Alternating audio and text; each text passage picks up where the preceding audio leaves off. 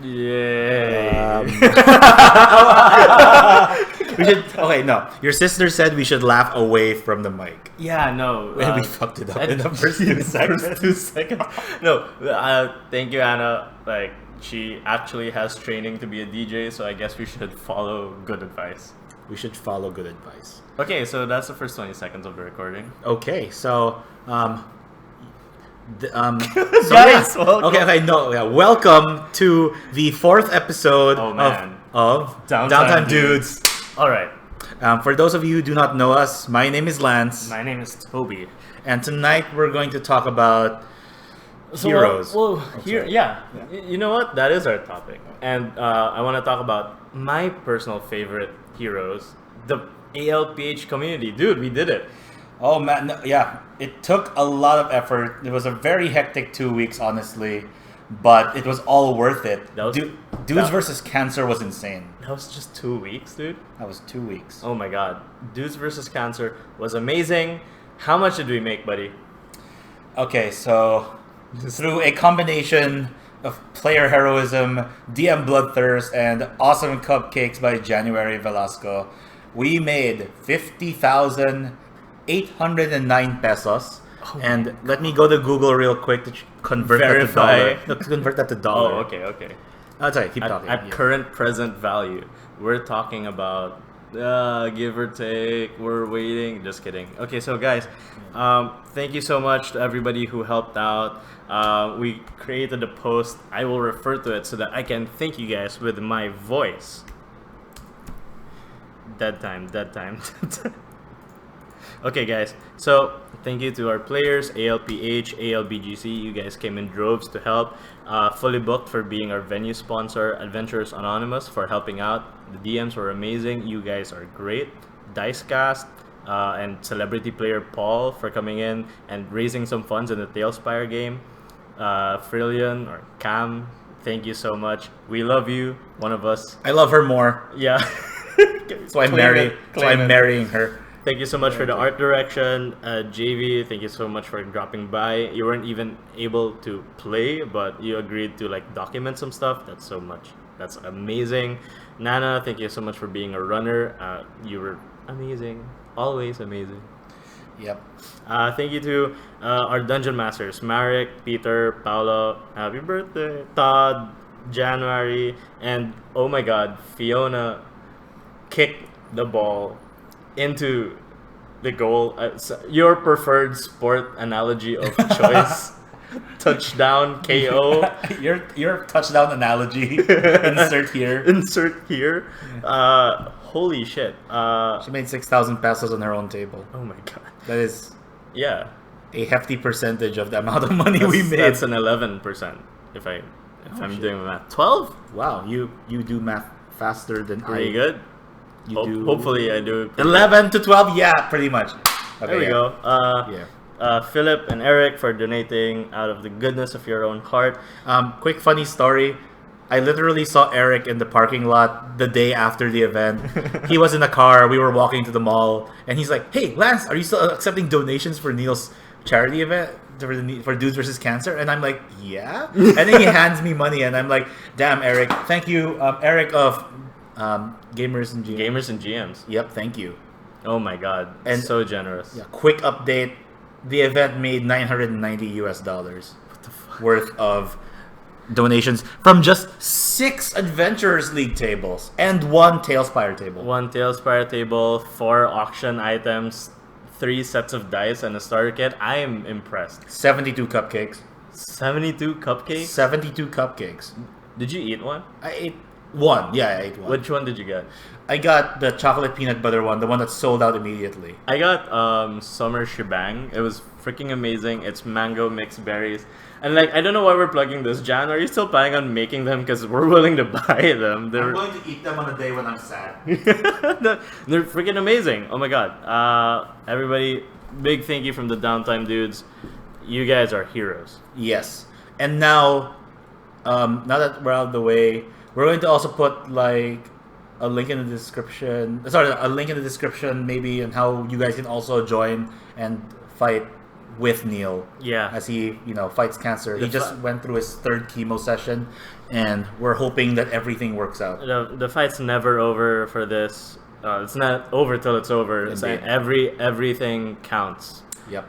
All right. Okay, so you guys saw the title of this video and didn't expect that, let's say, 5-minute exposition. Yeah, I mean, okay, so either you already know us and know that Downtime Dudes and the Dudes versus Cancer was great, or you're like a fan from somewhere and you're looking back on our old episodes, in which case you have no idea what's going on. Or you're just really bored. Or just really bored. In which case, welcome. Yep, welcome to our podcast. So, what are we talking about tonight, Toby? Dude, okay, on this topic of heroes, last time we talked about Endgame because we said we were super excited for this cool little movie that's coming out about a week ago. What's the cool little movie, Toby? Oh man, Spider-Man Far From Home, Lance. What? It's the sequel to, I would say, the best Spider-Man movie yet, prior to this one. Put out to live-action film. Don't even get me started on Into the Spider-Verse. Man, that's a whole topic altogether. Basically just talking about Spider-Man in general. Which they teased on. Yeah. Because if we review the footage of the trailer, they introduce the multiverse. Oh man. Okay, so how do you want to start this discussion? Okay, well, this is coming out, 4 days after the release? Maybe we can have like a non-spoiler part. Oh shit. Okay, by the way, when we set the title, can we set it to spoiler review? Yeah, spoiler review. Yeah, we should do that because we didn't that. say spoilers at the start. So yeah. Well, up till this point, no spoilers. Yeah. Okay, sure. Okay, so guys, starting with the non-spoiler review. Just to recap, the last Spider-Man movie, Homecoming, ended with Aunt May finding out Spider-Man is Peter Parker. Yes. And then the snap happened. Yes. And now we're here, 5 years later, and it looks like actually most of Spider-Man's high school friends and Aunt May got snapped too. What a stroke of luck. Wow, how convenient for the writers. How convenient for the writers. So, as you could imagine, our main baddie is Mysterio. Yeah. And I mean, it's not a spoiler. Come on, it's Mysterio, guys. For those who don't know, Mysterio predates Green Goblin by 1 issue. Damn, I did not know that. Yeah, Mysterio is actually an older villain than the Green Goblin, who is Spider-Man's main arch villain. Yeah, like people would consider his main arch nemesis. And I kind of find it jarring that the Marvel team, the marketing team, were hoping that people... Okay, I didn't watch the movie yet. Yeah. But it's pretty obvious that he would be a villain. Yeah, but it was really interesting that they were showing him with powers. Okay, fair Is it a spoiler to talk about Mysterio's power set? No. Yes. Okay. In the nature of... Oh man, I already spoiled what he was. Yeah. So I'm bad at this. Guys. I'm sorry, Toby. That's my bad. Alright, so... Okay, so just talking about the movie, people bring their A game here. Definitely the snap and the events of Avengers Endgame play a huge theme in this movie. They actually explain what it was like when people got blipped back. There's a quick scene where a recording of what happens when people are playing a basketball game and the halftime show happening when the snap happened comes back. People just popped into existence and they ran into each other. That was pretty cool. Ooh, wow. Yeah, man. And the general theme of the movie is who is going to take on the Iron Man mantle now that Tony Stark is gone. Spoilers for Endgame, by the way. Wow, and if you haven't watched Endgame at this point, I just don't know how to help you. Yeah, shoot. How's it like living under that rock? Oh my god. Wait. All right. But yeah, so the snap really changed the Marvel universe. I'm going to ask a few questions because I haven't watched the movie, but I'm going to tomorrow. Yeah. Did they explore the ramifications or the negative effects of the snap? Did it show what happens to batchmates in high school who suddenly meet their batchmates 5 years ago, but they're 5 years older. You know what? They actually don't go into like a negative ramification. If you remember in Far From Home, there was a kid playing chess. Sure. In that room, he's Peter's batchmate now, and that's part of the story. Oh, so He's like a new character, so it new old. they character. kind of glossed over it as an inconvenience. They kind of do gloss over it as an inconvenience. So in storyline, they have like new batchmates. There's no main character on like their batch that got aged out, and how they explained them coming back is the whole school just restarted the school year. Poor kids. Okay. All right. So thanks, Marvel writers. I guess that's one way to deal with it. Because Yeah. I guess it's because Spider-Man's also kind of a lighthearted movie. Or tell me more about it. Like, It is pretty lighthearted. Like even just the beginning of it, Spider-Man's going through, still not very spoilery, some sort of trauma from losing a father figure. Yeah. Like right. So everyone is sort of looking at this guy and setting their expectations on him because he's a prominent and likable hero. Like we lost Captain America, Thor, and nobody's really that visible. And they even make a joke out of it, like in the trailer when Nick Fury needs Spider-Man, he's like, call anyone else, and literally there's nobody else. They're all nowhere to be seen. yeah. Which is a great backdrop for this movie, really. Did they? Because they went over a few lists, a short list in the trailer. But Yeah. now that we've seen that there's an army of heroes, did they explain all of them disappearing, or just like the ones they said in the trailer? Just the ones they said in the Oh, man. trailer. Not they don't really go into like the other heroes that much. That's weird. But okay, fine. Yeah. So generally lighthearted. The first half of this plays more like a high school romance because they're finally doing Peter and MJ. Okay, how'd that go? Well, I'll save that for the spoilers, but like it plays like a high school romance. There's like this weird love triangle going on. I think we've gone into spoiler territory at this point. Okay, then Don't you that's think with like clearly- the whole what the first half of the movie was and all that Yeah. stuff? Okay. So it plays more like a high school romance. Peter's trying to make the moves on MJ on this high school trip, which apparently is just one big way for Nick Fury to get Peter to where he wants him to be so that he can pull him into this mission, which Peter wants nothing like of because he's like on vacation. That's disgustingly convoluted for Nick Fury. Yeah. He could have just pulled him aside or something and talked to him rather than hoping he would comply. Like, did Nick Fury have anything on Peter to get him to comply? Not really. It's more of this whole level of your so a big plot point Sure. of this movie is a particular gift, and we see it sort of in the trailers. There's like this extra movie footage where Tony Stark gives a pair of glasses to Peter. Did you see that? Yeah. So that's sort of knowing Tony Stark. What do you think it is?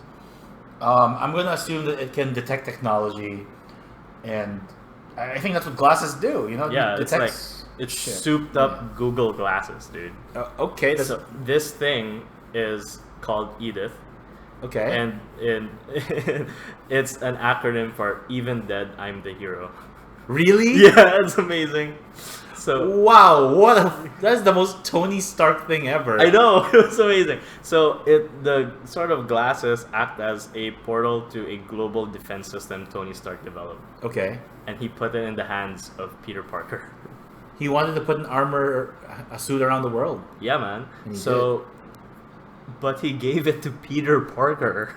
What does the defense system do? I mean, Well, he hacked some people's phones and maybe sends out a drone on a kill hit. wait, he gave this to a teenager? I know. He's in high school. I know. And he's the only one who has one, Yep. supposedly. Yeah, so that's like a big plot point, and Nick Fury's like you have the access code. Well, more like it detects his like biometrics, right? Sure. And then after that, he's like, Tony Stark trusted you with this. Are you gonna let him down?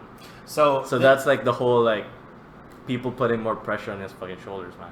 man, this feels like a more of a what if story of what if Uncle Ben were rich and irresponsible? Oh shit. Because I really think that Tony Stark. I know they didn't want to do the Uncle Ben story again. Yeah. But Tony Stark really filled that role. Really well. Right? Yeah. Like, he became the father figure that died, traumatized, and will cause a great change in Peter. Yeah, and Right. and definitely because it's a Spider-Man film, it's a coming of age story. Oh, yeah, and you that- didn't think you could do it twice, but this one's definitely a whole different like mixed bag of lessons than Homecoming was for Spidey. Alright, tell us more about that. So, in this movie, you have like Spider-Man. He starts out with the Iron Spider armor, right? Sure. And he has that, and Happy is like helping him out. Happy develops a sort of connection to Aunt May. Are Yeah. you saying what I think you're implying? I am saying what you think. You're Damn happy. Alright. Yeah, so he has all of this, and Happy is like acting as like Peter's guardian in a certain degree, in both senses, right? So he has basically Stark tech at his fingertips. His room, you get a shot of his room. He literally has like, because the Iron Spider suit isn't like a suit, it's more like the nanobots that Iron Man's suit is made of in like Infinity War and Yeah. Endgame. Yeah. So he has like a containment like like pod in his home, and Okay. it's super normalized. And he's just 15, guys. Great power comes great responsibility, I guess. No, exactly, and that's like this is that times 11 because Tony Stark hands like this global defense and I want to say surveillance system to this kid, and from there it gets crazy. So like I'm gonna start talking about like specific plot points, I guess. Sure. Let's start from the beginning. All right. How you said the first half was a teenage romance thing? Yeah, man. So remember that kid?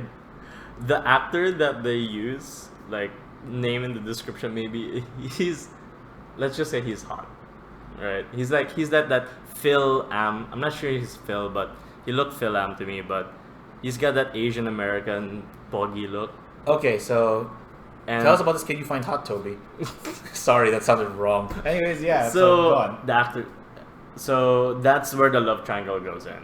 Peter finds competition in this guy for MJ's affections. Okay. And like the first half is Peter trying to navigate, his emotions. And it's great. Like Yeah. anybody who's gone through that kind of relates instantly Yeah, sure.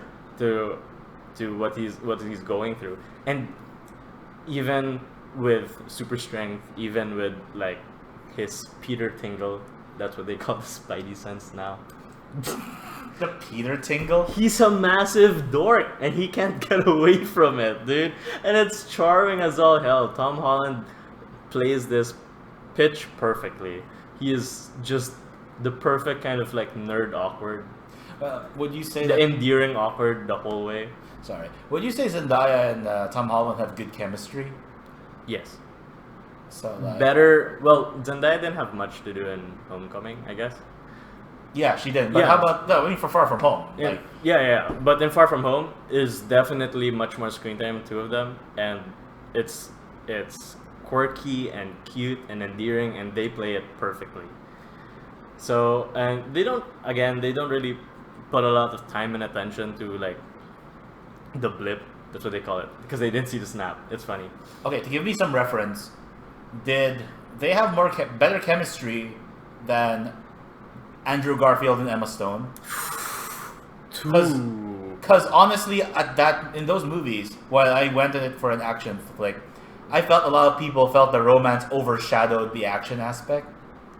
So I want to know what you thought. Well, I think if you walk into Far From Home, you'll find.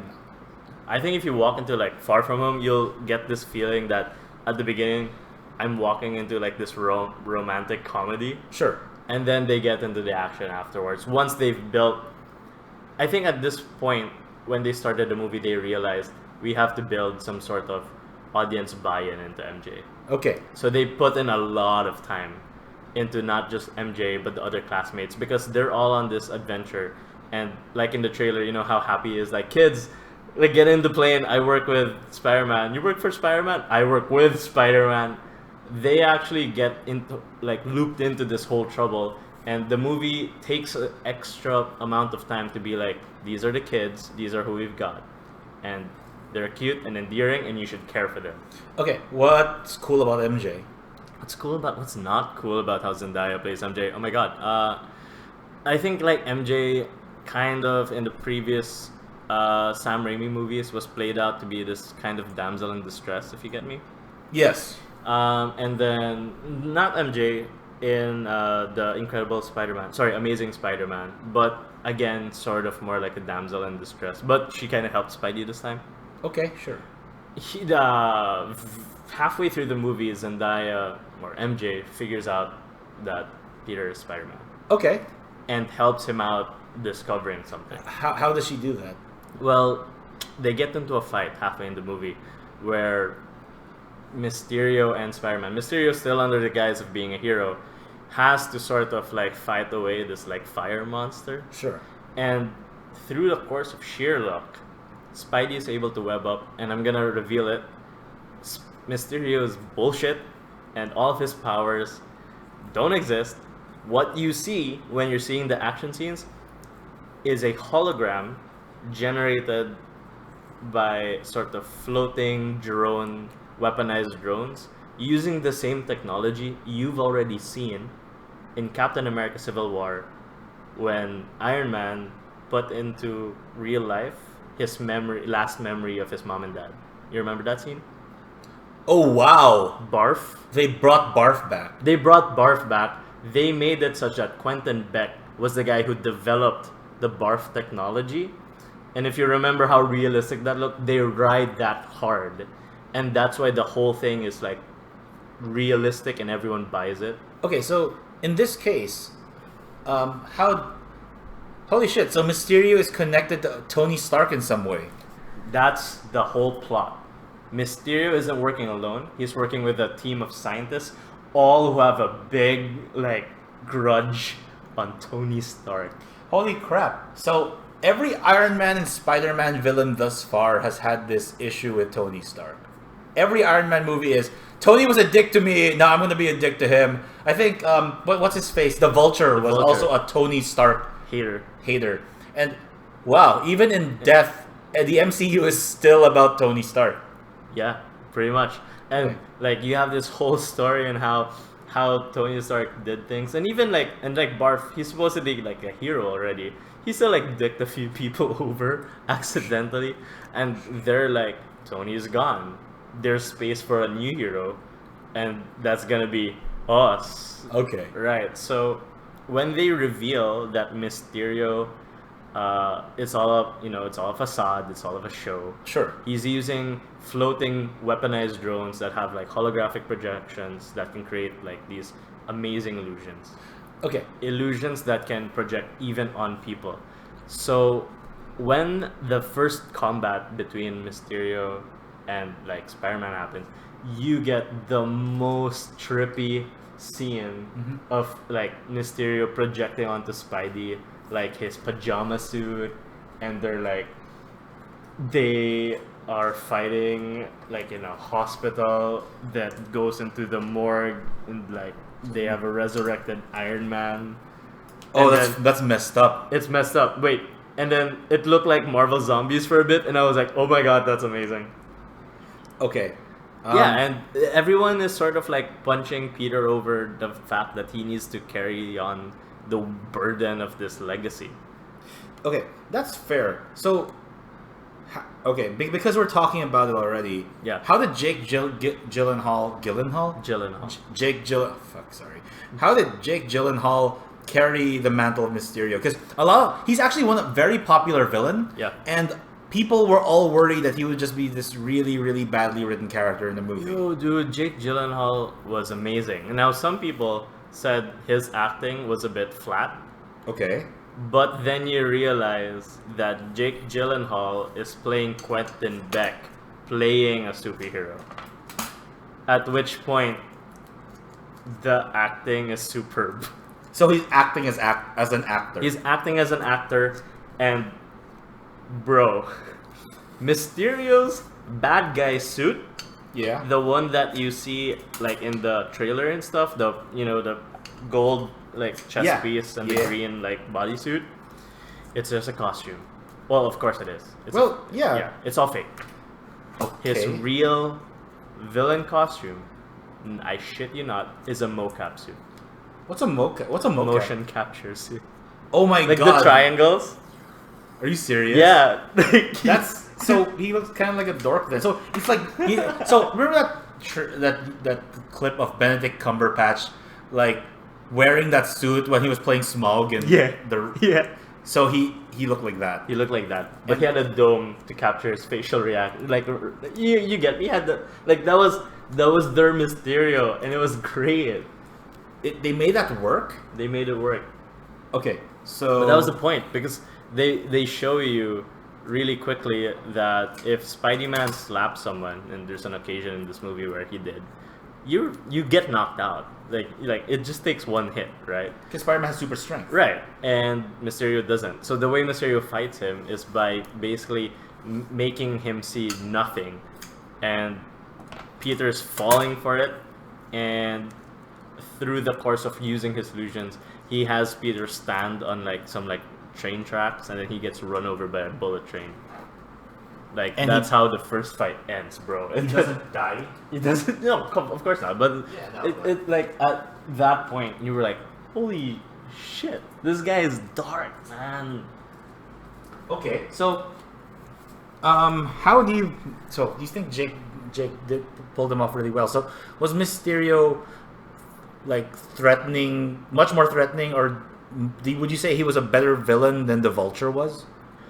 I feel like that's really tough, because like the Vulture was like intrinsically tied, and like that's part of Peter's thing. It's like, my best friend's dad is the Green Goblin, right? Sure. Like that's one of his weird quirks, where he always has some sort of like relation to what's going on. They tried that in Sam Raimi, where Sandman killed Uncle Ben, That was weird. and then Venom is like his like Venom is a sort of his rival at work, right? That's the thing with Peter Parker and Spider-Man. Like, he keeps trying to keep superhero and real life apart, Yeah. but they keep on coming together, right? You know, that's true. So in this one, you kind of don't and do get that, because like honestly, Quentin Beck couldn't care less for Spider-Man. Quentin Beck is not playing Spider-Man, he's playing Nick Fury, to think that he's a hero. And then Nick Fury is the one who's like, I need you on this, Spider-Man. The problem that Mysterio's giving us seems too big for one hero alone. All that jazz. Okay. So you have this like awesome scenes where you feel like Mysterio, Jake Gyllenhaal, he's on a job. He's like Ocean's 11ing Nick Fury, and then Nick Fury pulls this kid along, and he actually has a genuine relationship with Peter, because he's a big science guy too, I guess, right? Sure. And they have that connection, and Peter's just like, I don't know, man, I want to do this job, but there's this girl I really like, and I'm on vacation. And he's like, you get this scene where Mysterio gives him a guide to getting his friends out of the way, because he knows what's gonna happen, right? He's planning this stuff. Sure. He's like, get them to somewhere safe for about an hour, and you should be fine. It's like, what the heck's going on here? It's he doesn't think Peter's a bad guy. It's only when Peter discovers the truth about Mysterio, he's like, I gotta kill the kid. And that's where the unhingedness comes. When he's like, someone's getting in the way of what I want to do, I'm gonna deal with them. Yeah, it feels very interesting for Mysterio, like for him to lean into the illusion so much, and is only extremely threatened when the veil is lifted. You know. Yeah, because that's- otherwise, like for a certain part, you're like, does he want to be a hero? But he's doing it in this like roundabout way. Okay. No, I mean it's interesting to create. It's a very classic. I'm gonna create the problem and then solve it situation, Oh yeah, like Syndrome from The Incredibles. yeah. Like And that's an interesting take for him. I don't know much about Mysterio in the comics, he's done some really horrible shit. But like getting the whole X-Men team killed and stuff, he took on the entire X-Men team and killed all of them by making Wolverine think they were all villains. Yeah, that was an Old Man Logan. That was fucking dark. So that's his whole thing, right? Yeah, it was. So would you say that he's? Do you know anything about him in the comics? No, in the comics, his backstory is he's like a myth buster. He's basically a dude who's worked in cinema special effects. Sure. So he knows like how to make trick stuff, and through a combination of all that, lures Spider-Man to like this house of like of mirrors, be smoke and mirrors, right? Like he always needs to prep. That's his thing. He's more magician than like wizard really. So he needs prep real Spider-Man in to create illusions that are so real Spider-Man doesn't know what's up or down. And they play it exactly like how you expect it would go, which is the only way that even in the comics Spider-Man could beat Mysterio is because he doesn't need to rely on sight and sound, right? He has that spider sense. Exactly. So if you felt in the last movie, they were like, where the fuck is my spider sense? It's in here, guys. And when it happens, it's amazing. This dude's like closing his eyes, he's fighting the drones, and perfect. Okay, so they play. Okay, so it's both two birds, one stone. He's fighting Mysterio, and the movie's introducing one of his most, his best power, his iconic power. Yeah. Yeah. Okay. But they do a thing here where I have to like really emphasize that this whole story is about creating an analogy between Peter and Tony. They give him the shades, he's talking to Happy, and he's like forced to sort of carry the burden of his legacy, which is why you get, in my opinion, the best scene in the movie is after he gets his ass handed to him in post the first fight with the villain. Of course, he's gonna get his ass handed to him by the first fight. Come on. So when he gets his ass handed to him, he needs to get picked up, and it takes all the humility in his body to call Happy, who's just like in the past movie, Happy was his like caretaker, but it was like this weird relationship. So he calls him, he picks him up, and then on the way to get into round 2 with Mysterio, he's like, I need a suit. And you have this scene in like, this is like one of the scenes they put out where in like some sort of like tube, like there's like the tools to create a new suit, right? Yeah. So, oh my god, this is so amazing. I can't talk about it without getting chills. Peter's like, I need a suit, and Happy pulls a lever and reveals that the plane has like some tech in it that can create like a Spidey suit. Yeah. And this guy, the whole tech that you can see is reminiscent of how Tony would create a suit. So when Peter is looking at a web, like a, what do you call it? Web shooter. A web shooter. He does like the arm scoop into hologram, and it's now on his hand, and he looks at it and shit. Oh wow. And then the next thing that happens is, like, you get a scene of Happy looking at Peter doing that, and he's like, you handle the suit, I'll handle the music. And then he plays some AC/DC Back in Black. It was fucking amazing. I was like, I got chills. Yeah. And then, like, the moment he plays Back in Black, Peter's like, I love Led Zeppelin. What? It's amazing. It's amazing. It's perfect. Did he say that ironically, or did he say that as he believed they were actually Led Zeppelin? He believed they were Led Zeppelin. That's very strange, considering how he, in the past, has always made references to old movies. Yeah. Like when he fought in Civil War. Apparently has shit music taste. No, I mean... You know what? Yeah. No movie references in this movie, though. Yeah. Okay. That's fine. It was... You know what? So the first half is like this like rom-com, and then the middle you get this Peter and MJ are a thing now, and now Peter needs to deal with Mysterio. Okay. It's sort of like this whole journey, like it's really tied together really well. My one complaint would probably be they have a lot of like dead jokes in the first half. Okay. So who was making a joke to who? Because I kind of want to know how chemistry works here. Because Tom Holland, aside from Happy, is generally working with a whole new cast, save his best friend, I guess. Yeah, man. Yeah. They have a lot of scenes with the teacher. I don't know if you remember the quirky debate teacher, Not particularly. right?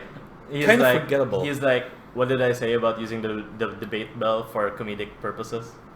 Yeah. That was just like one joke in Homecoming, and he has more jokes in here for some reason. Oh, okay. And it takes way too much time, I think, in the movie. I think they could have cut that out. Ned has a girlfriend in this movie. Okay. They play it up as a joke. His girlfriend is Betty Brant, actually. Is she a comic character in the comic? Yeah, she becomes like one of the girlfriends of like Peter. Oh, never heard And of she her. was black in the comics. But in here, they make a joke where Peter tries to sit beside MJ on this like really long plane ride from the States to the UK, right? Yeah. And accidentally gets himself sat beside the teacher. MJ sits beside hot dude, and Ned's like, "Don't worry, it's just a flight. Nothing happens." And by the time they land, Ned and his seatmate Betty are boyfriend and girlfriend. So it was fucking hilarious. Oh my god, wait. So like they fly to the UK first. Oh man, don't. Yeah, I freaking forgot actually. No, it's okay. Wait, does it take place in Venice or does it take place in the They UK? have like a little road trip in Europe. Oh wow, this is a crazy. This is a really expensive field trip. It is a very expensive field trip, but that's why it's just Nick Fury freaking tagging them along. Oh, man. It's really like in Far From Home they do this thing where they're in New York and then they're in DC and then they show a bunch of places. It's like a road trip movie. Okay. So They do that here also, and it's really interesting. So it's a montage. They had a travel montage. Yeah, there is kind of this travel montage. And then there's a part where he's in Berlin in the airport, and I'm just like, where's the reference to Civil War. Civil War? And it didn't happen. I was like, Too bad. felt like there was supposed to be something in there and it got cut. Okay, weird question then. This is based on what you told us earlier about him been making his own suit and stuff. Yeah. This is clearly passing the torch. Yeah. Right? Do you believe that this movie felt more like a Phase 3 movie, or do you think it's already the start of Phase 4? I think it's actually like the start. If it wasn't for an end credit scene, I wouldn't say, but I guess it's a Phase 4 movie. Okay. Because they get into some stuff. For example, this is the most spoilery thing. So there are two end credit scenes. The first one is Spider-Man, who is now with MJ, takes MJ on swinging around New York, Yeah. and it's like that's like one of the most iconic things. Like, Yeah. and only to reveal that MJ hates it. She's like, "Don't! I'll never do that again." Oh my god. Because it's like what? And then when they land, there's like this special like news, like sort of breaking news thing, and then who do you know? It's J. Jonah Jameson, played by J.K. Simmons? J.K. Simmons. They brought him They back. brought him back as J. Jonah Jameson. J. Jonah Jameson. I'm so sorry, I get mixed up on them. They're the same guy. Actually, I think that when they were trying to recast him, I saw the spoiler. They probably realized that he was already perfectly casted as that character. Yeah, I love it. I love it so much. I had to yell when I saw it. So that guy, Yeah. Mysterio, in his final moments, recorded. I think like so. What it makes it look like is Mysterio in his final moments recorded a little message where he frames Spider-Man for the events of that day, and reveals that Peter Parker is Spider-Man. Wait, two questions. One, is J. Jonah Jameson still a newspaper head, or does he run something else? Did they modernize him a It's bit? kind of like they do a dailybugle.net. Oh god, he's a fake news site. Okay, got it. He's a fake news. No, it's like in the game. No, but in the game he he had a podcast. Oh yeah, man! Right? Like, who Yeah. even makes a podcast anymore? God, really bored people. Bored people. Oh man, Dude, it was so amazing. Spider-Man is a menace. Like, I was just like, oh, it's perfect. This Did guy- he want pictures of Spider-Man? No, yeah, like it goes from like this like selfie video of Mysterio, and then like after says, Spider-Man is Peter Parker, and then picture of Peter Parker right away. It's like, what the fudge? Wait, I would watch this movie thrice if he said, I don't want pictures of this, I want pictures of Spider-Man. No, sadly not. But it's just crazy. So that's why I think that's one reason why it's like kind of Phase 4. Because Phase 1 started with I am Iron Man, so it's like he's revealed. And that would be like kick-ass. So he's plunged into the world now. Yeah, definitely. Back when he was anonymous, he had the responsibility, but not the same kind of pressure as people knowing who you are. People will actually go after his loved ones now, just as he was making a connection with MJ. Yeah. Did they explore? Oh, it's an end credit scene though. It is an end credit scene. So I guess the next movie will explore how he's made some headway into having a relationship. Maybe they'll explore how much that complicates things. Yeah, so you don't see Mysterio actually record this video message. Yeah. That's why it's kind of weird, because you also see him die on screen. Oh, how does he die? You know how he has like weaponized drones? Like they have like a sort of, how do I call this, safety mechanism where they can't shoot within a certain radius of him, and he's like override that, shoot anyway, and he gets shot by his own like drone. It's very reminiscent of Green Goblin. Yeah, he the gets Sam killed, he Raimi. kills his own stuff. He Yeah. kills himself. So that happens. So he dies. He actually has Peter then confirms if he's dead, and it confirms it. So you actually have a situation where Peter just got outed, but you have Vulture, maybe Scorpion still going around, Tinkerer. Like there are a bunch of like villains that in universe that are still alive. So I think you can still have Sinister Six. That's true. It's just sad to see that Mysterio will not be in the Sinister Six if he did die. You could still have Mysterio, but it wouldn't be Jake, because he had cohorts, and you don't see them get caught necessarily.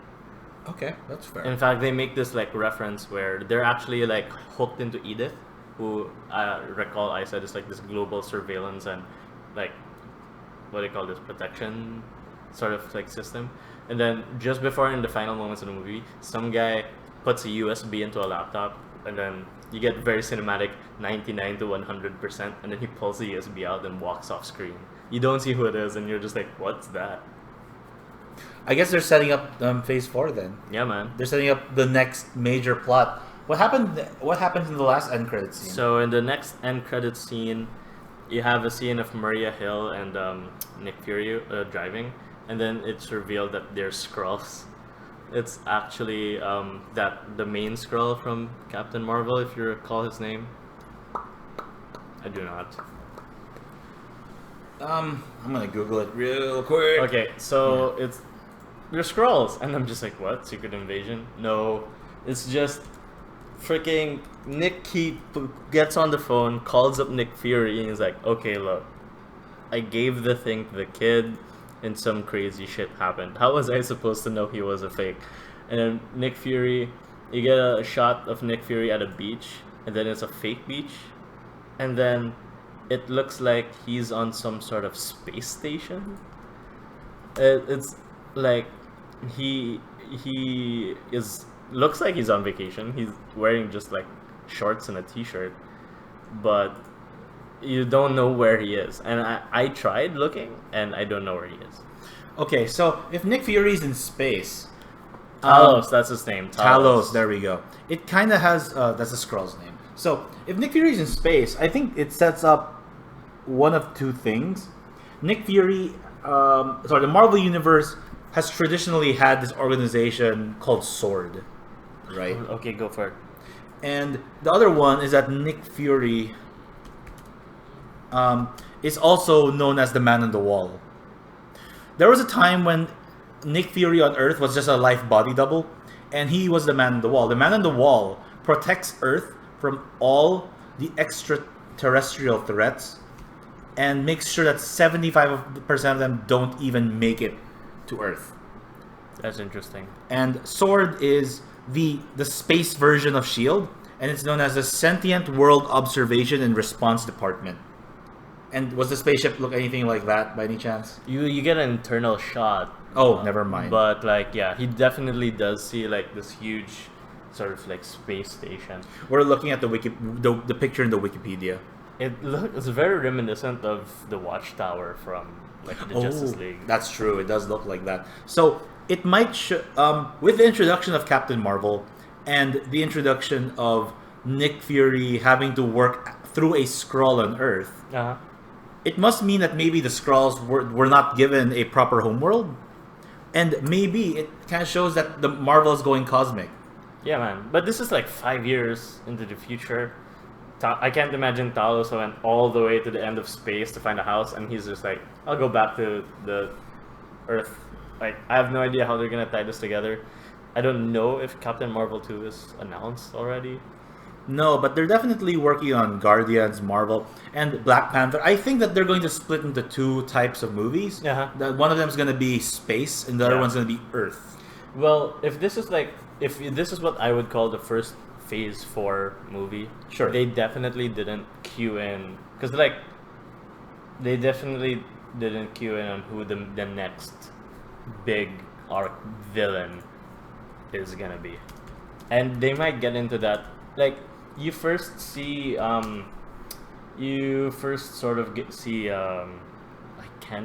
name is Thanos. You first see Thanos in the first Avengers movie. I can see them showing the big villain as soon as Guardians of the Galaxy. If not showing him, just mentioning. Interesting. Okay, I guess they didn't want to play all their cards yet. Yeah. And maybe show I bet they're like writing a bunch of this yet.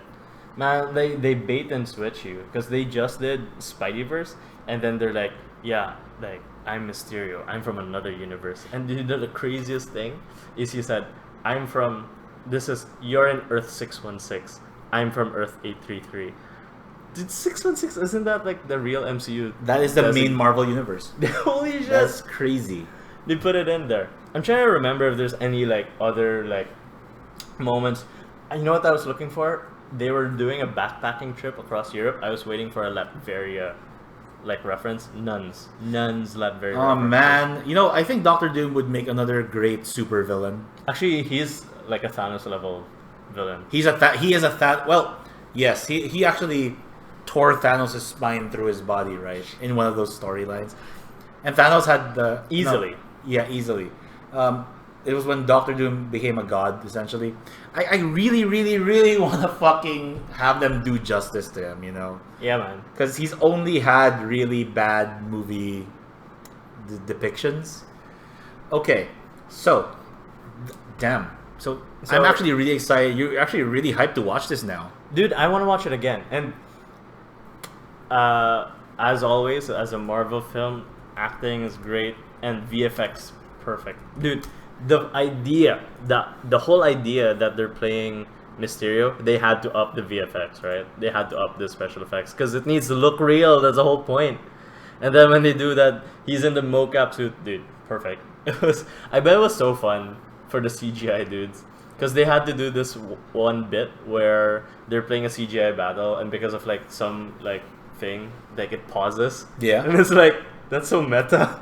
Like, oh, dude. I can't wait. I can't fucking wait. Dude. How's that? Okay, so, as is tradition. Yeah. Oh, sorry, is there anything else you want to add before I do the tradition thing at the end of each podcast? Ooh, guys, please watch Far From Home. The end credits, do I think you need to stay for them? Yeah, sure, if you want to keep on the tradition of watching to the end of the credits. No Stan Lee cameo in this movie, ladies and gentlemen.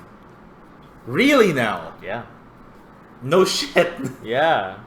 No, I mean, like, I could have found a way, like, they could have put him in a bunch of places. That's true. I don't know, but I think it would lean on disrespectful to keep using his image for the sake of that. Yeah. You get me? Yeah. Yeah. So I think that's all right. I'm trying to remember if they even used Robert Downey Jr.'s likeness, or if they just kept using the Iron Man. I feel like they just kept using the Iron Man. Yeah, but Robert Downey Jr.'s alive. No, and I he mean, could consent to be in the movie. yeah, but that would cost. No, I know, but Well, I mean to say Stan Lee can't consent to being in this movie. Gotcha. Which is why it would be weird if he was just there to milk for money and stuff. Did you know that like Stanley's IG is still posting stuff, and a lot of people are saying like, guys, it's disrespectful. Please stop posting on Stanley's account. Oh wow, Yeah. that's pretty. That sucks. Yeah. Ugh. Anyways, Okay. how would you rate this movie? Dude, when the movie wrapped up, I was like, it's in my top 5. Like, I instantly said it's in my top 5. We say this about every movie that's come out Well, recently. they've been coming out with like some kick-ass shit. No, Captain Marvel definitely was on top 5. This one is. This is, by the end of it, he was kicking ass, saving MJ, and like in general being. I feel like I was like, this is it. This is my Spidey. In like Tom Holland as Spider-Man. I already thought this, but I am now convinced he is like a perfect casting choice. I am so excited for where they're going, and because of how they do this movie, even if like I had complaints about the first half, the second half more than like just for the show of Mysterio versus Spider-Man, it's worth the price of admission. I'm giving it. Oh, this is hard. Is there a 0.5? Do we have 0.5s? It's up to you, man. I'll give it a 10. 10. I don't believe Wow. in 0.5s. 10. Yeah, dude. Like, I don't see how they could have added. I do not see how they could have subtracted. The way that they do this movie, it's pitch perfect to how they wanted it to be. I feel not only a setup for another phase, but as like sort of like a quick little palate cleanser after Endgame. A 10 out of 10. So, would you say 9.5 if you allow me 0.5. Yeah, I'm fine with I was fine with 0.5s. You didn't allow yourself 0.5s. I'm rounding up because I love Spider-Man. Okay, I get it. But, so, alright. Because right now, the only criticisms that have come from you about this so far is one, that Mysterio did not have a personal kind of thing with Peter. Yeah. He was just, you just so happen to be the guy that my ex-boss used to trust. The trusts now, when he was alive. And when the teacher had some jokes that were really boring and fell flat, it probably alludes to pacing issues. Yeah, so there are like definitely pacing issues earlier in the movie. I would subtract 0.5 for that. The bit about Mysterio having a personal connection, if you leaned hard into like Peter being the new Tony Stark, you could sort of believe that this is like Peter paying for the sins of the father. It's kind of weird, but like that would be the closest thing you can get to sort of like a connection between them. He's like, why would Tony Stark pick this kid? But all in all, 9.5. But casting J.K. Simmons, I'll add a 0.5. Oh, you suck. Okay, wait. So, all right. Given that you're giving this thing a 9.5 and it's in your top 5 now, Yeah. which movie did it kick out? Which movie did it kick out? Yeah, from your top 5, because now, yeah. Now it's difficult. Shit, no. Okay, wait. Which ass did this thing kick? Oh my god. Okay, wait, so Endgame. Fuck. Endgame. Winter Soldier. Spider-Man. Iron Man 1. Avengers. It kicked Avengers out? No, Avengers is the 5. Yeah, so it would get kicked out regardless. What did I say already? So I said Endgame. Endgame, Captain Marvel, No, Winter Soldier, Winter Soldier. Captain Marvel. This Spider-Man. Iron Man 1. Avengers. It kicked Captain Marvel out. No, Captain Marvel is never there. It kicked out Guardians. Wait, no, you said Captain Marvel was top 5. No, it wasn't. You just said it in the recording earlier. Dude, I shit you not. It's never been. I said at best top 7. But that said, no. I We're really listening to this later. You're listening to this later. But I feel like it kicked out Guardians 1. Wow, that is a big statement. I'm Yeah, gonna man. watch this tomorrow, and I will give you shit if I don't Yeah. think that's true. Dude, no, because like Guardians is definitely top 5 for me, and I'm just like, shit. I like this better. You know, I think Guardians is top. Both of them are top for me. Yeah. And then Thor Ragnarok, some are way up there, but that's just my opinion. Oh, shit. I'm one of them. I'm one of those asshole fanboys. Yeah. Wait, so you didn't like Thor Ragnarok as top 5? No. No, if you look at my 5, right? Yeah. And then 6 being Guardians, I think like Thor's somewhere in there. Thor Ragnarok. Man, not laughing into the mic is difficult because It's really hard. it just happens. Like, how can I be so conscious about not laughing? I'm actually when it like just happens? trying to like talk like to the side so that when I laugh, it's like, and also more natural since I look like I'm talking to you. Because we are actually, you can't see us, but we are looking at each other while we Intently. talk. Like respectful people. Toby. Anyways, so is there anything else you want to add? Because I think this is pretty good. Yeah, those are all my thoughts on the movie. Oh my god, guys, thank you for coming to Dudes versus Cancer. I'm still recovering from the whiplash of how great everything went. Yeah, I'm tired and I need to sleep.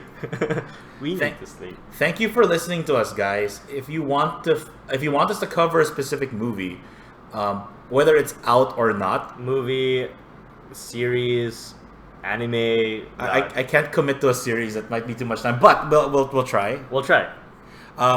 Comment down below Yeah. with what you want us to talk about next. Yeah, and if you have friends who are into nerd pop culture discussions and sometimes kicking cancer in the nuts, You know where to look. oh buddy. Oh man. In the meantime, this has been Toby, And this has been Lance. and we are Downtime Dudes. Ah.